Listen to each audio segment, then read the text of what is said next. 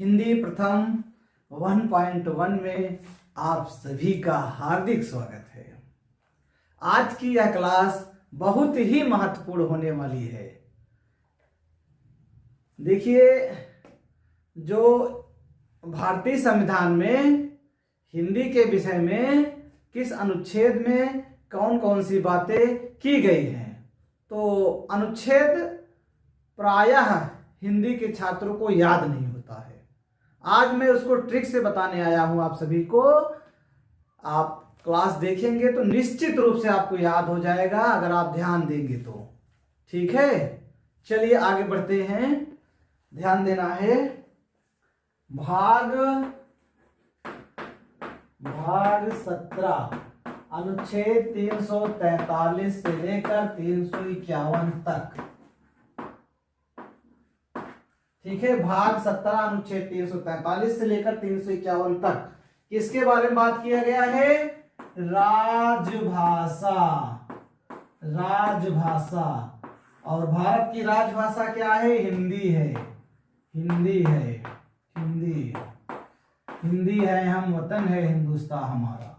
ठीक है, भाग 17 अनुच्छेद 343 से लेकर 351 तक राजभाषा के विषय में भारतीय संविधान में प्रावधान है। अब आगे बढ़ते हैं। अनुच्छेद 343 का जो महत्वपूर्ण अनुच्छेद है वही बताएंगे आपको। अनुच्छेद 343 का, अनुच्छेद 343 का में क्या बात किया गया है? अनुच्छेद 343 का में यह कहा गया है हिंदी भारत की राजभाषा होगी और लिपि हमारी देवनागरी। लिप किसे कहेंगे? लिखने के ढंग को लिप कहते हैं। तो अनुच्छेद 343 का में यह कहा गया है हिंदी भारत की राजभाषा होगी और लिपि हमारी देवनागरी। ठीक है,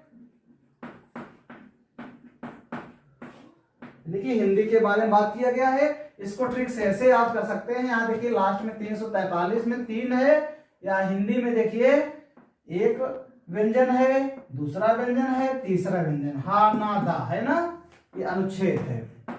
ठीक है, अनुच्छेद 343 का में यह कहा गया हिंदी भारत की राजभाषा होगी और लिपि हमारी देवनागरी। तो अनुच्छेद 343 का में याद रखना है, लास्ट में 3 है, हिंदी में 3 व्यंजन है, हा ना दा, यानी कि हिंदी के बारे में बात किया गया है कि हिंदी राजभाषा होगी और लिपि देवनागरी। ठीक, आगे बढ़ते हैं। अनुच्छेद 344 देखिए 4 बराबर है ना, बराबर बातें की गई है। क्या बात किया गया है? बराबर। क्या बराबर? यानी कि 10 वर्ष के बाद राष्ट्रपति राजभाषा आयोग का गठन करेगा। 44 मतलब बराबर। क्या बराबर? 10 वर्ष के बाद बराबर राष्ट्रपति राजभाषा आयोग का गठन करेगा। ठीक, आगे बढ़ते हैं।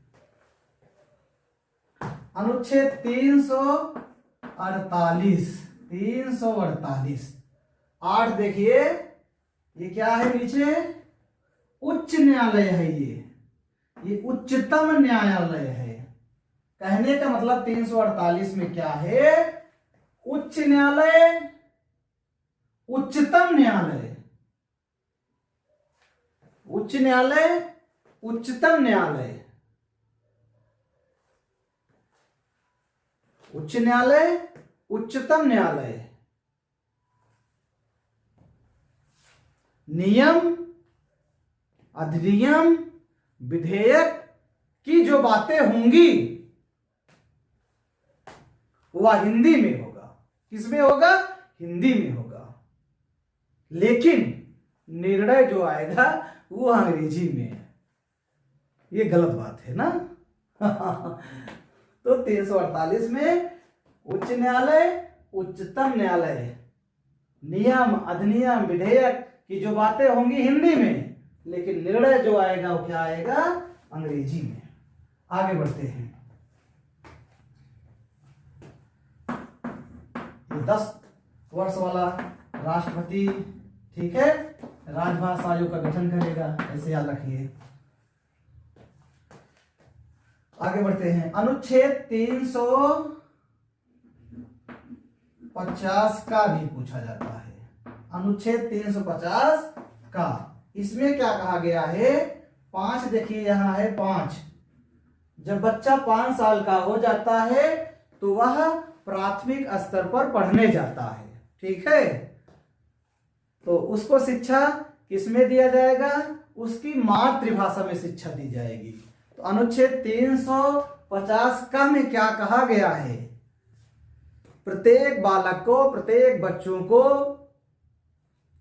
उसकी मातृभाषा में शिक्षा दिया जाए, बस यही बात है, ठीक है। 5 से याद रखिए, जब 5 साल का बालक हो जाता है तो उसको उसकी मातृभाषा में शिक्षा दिया जाए।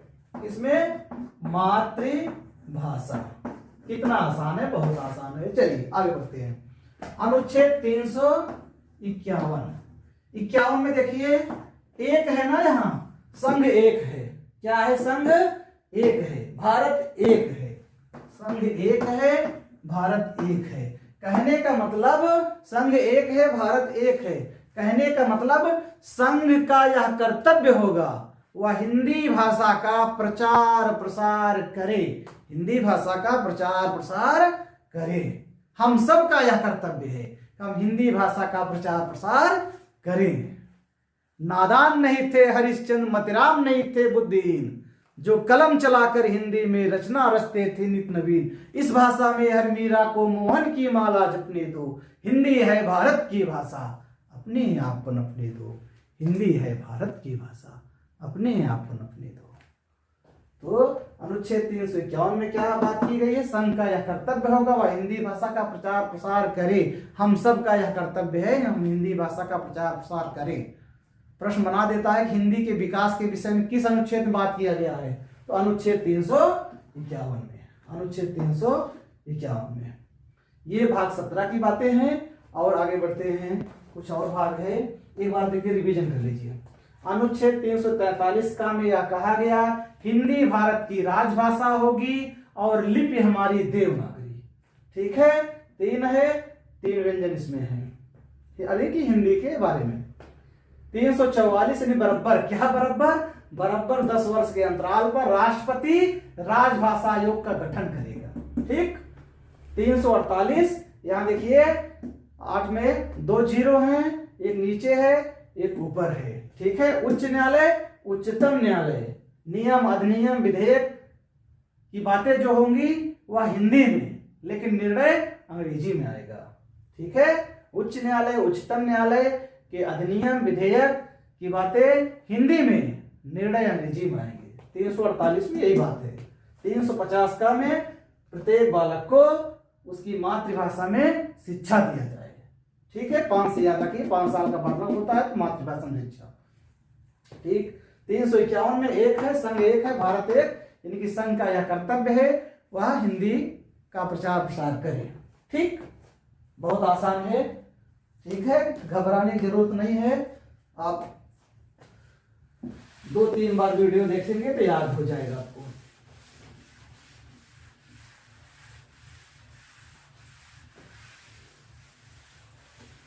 एक बार पहले आप स्वयं से पढ़ेंगे, फिर वीडियो देखेंगे तो निश्चित याद हो जाएगा। बाकी सारी बातें किताब में है, बस ट्रिक बताने के लिए हम आए हैं आपको। आगे बढ़ते हैं। इसके बाद भाग 5, जी हाँ, भाग 5 अनुच्छेद 120, भाग 5 अनुच्छेद 120। देखिए अब यहां पर क्या है, 1 और 2 को अगर आप जोड़ेंगे तो 3 बन जाएगा। कितना बन जाएगा, 3। बहुत ही शानदार ट्रिक है। 1 और 2 को जोड़ेंगे अगर हम तो क्या बन जाएगा, 3 बन जाएगा। कहने मतलब 3 भाषाओं के विषय में बात किया गया है, ध्यान देना है। हिंदी जो सबसे प्यारी है, हिंदी, अंग्रेजी जो अंग्रेज दे के चले गए हमारे ऊपर लाद कर, हिंदी, अंग्रेजी, मातृभाषा।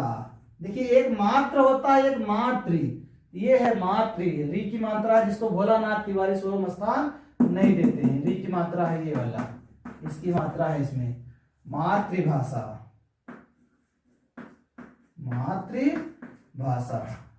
यानी कि मातृभाषा उसे कहते हैं जब बालक जन्म लेता है तो जिस भाषा को पहली बार अपनी माता पिता द्वारा सीखता है तो उसकी वह मातृभाषा होती है। बालक जब जन्म लेता है और वह पहली बार जिस भाषा को सीखता है वही उसकी मातृभाषा है। माँ के द्वारा सीखी गई भाषा को मातृभाषा कहते हैं, जो पहली बार वो सीखता है, और मातृभाषा। राजभाषा सरकारी कामकाज की भाषा, ठीक है। राष्ट्रभाषा कोई एक भाषा अगर ज्यादा से ज्यादा लोग उस देश में बोलते हैं, 75% से अधिक लोग लगभग, तो उसे राष्ट्रभाषा कहते हैं। क्या कहते हैं? राष्ट्रभाषा।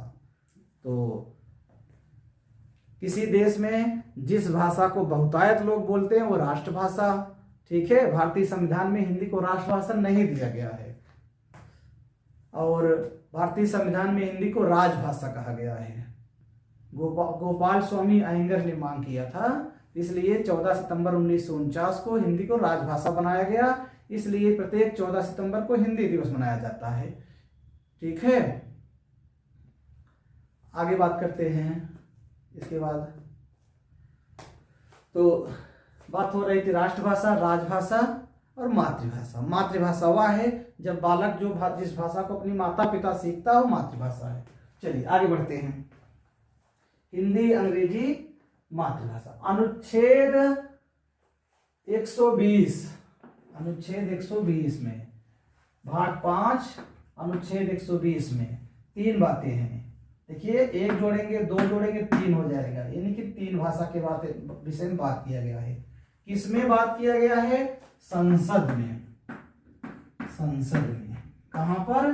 संसद। यानी कि संसद की भाषा हिंदी, अंग्रेजी, अगर ये दोनों नहीं चाहता है संबोधन करने वाला तो मातृभाषा में बोल सकता है, ठीक है। सदन की भाषा हिंदी, हिंदी नहीं चाहता तो अंग्रेजी, अगर अंग्रेजी भी नहीं चाहता तो वह अपनी मातृभाषा में बोल सकता है। अगर तमिल बोलता है तमिल, तेलुगु बोलता है तेलुगु, ठीक है, मराठी बोलता है तो मराठी, कोई भी भाषा। हिंदी बोलता है हिंदी।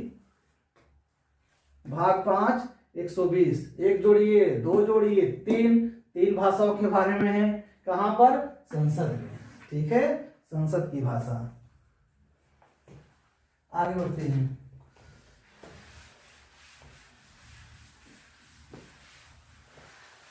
अब इसके बाद भाग 6, भाग 6 अनुच्छेद 210, भाग 6 अनुच्छेद 210, ध्यान देना, भाग 6 अनुच्छेद 210, ठीक है। राज्य विधान मंडल, राज्य विधानमंडल की भाषा, ध्यान देना है। भाग 6 अनुच्छेद 210 राज्य विधानमंडल की भाषा का प्रावधान है। राज्य विधानमंडल की भाषा का प्रावधान है इसमें, ठीक है। इसमें भाग 6 अनुच्छेद 210, भाग 6 अनुच्छेद 210 राज्य विधानमंडल की भाषा का प्रावधान किसमें है? तो भाग 6 अनुच्छेद 210 में। 210 यहां देखिए, 0 लास्ट बनाए ना, 0 है, 0 से क्या बन जाएगा? विधानमंडल, याद रखना है, राज्य विधानमंडल। वी देखिए यहाँ क्या है? 0 है वी में, यानी कि विधानमंडल। ये 0 क्या है? यहाँ है विधानमंडल, ऐसे याद रखिए प्रतीक रूप से, ठीक है। 210 आपको विकल्प दिया जाएगा, वहां से आप पहचान लेंगे। 210 में क्या है? 0, यानी कि 0 से विधान में भी 0 लिखा है, ये देखिए 0 बना है ना ऐसे। तो राज्य विधानमंडल भाषा का प्रावधान किसमें? भाग 6 अनुच्छेद 210 में, अनुच्छेद 210 में, ठीक। चलिए आगे बढ़ते हैं। अब इसके बाद ध्यान देना है, यह क्लास पूर्णतः निःशुल्क है, ठीक है, छात्र हित के लिए है। आगे बढ़ते हैं। मेरी सभी क्लासें निःशुल्क चलती हैं।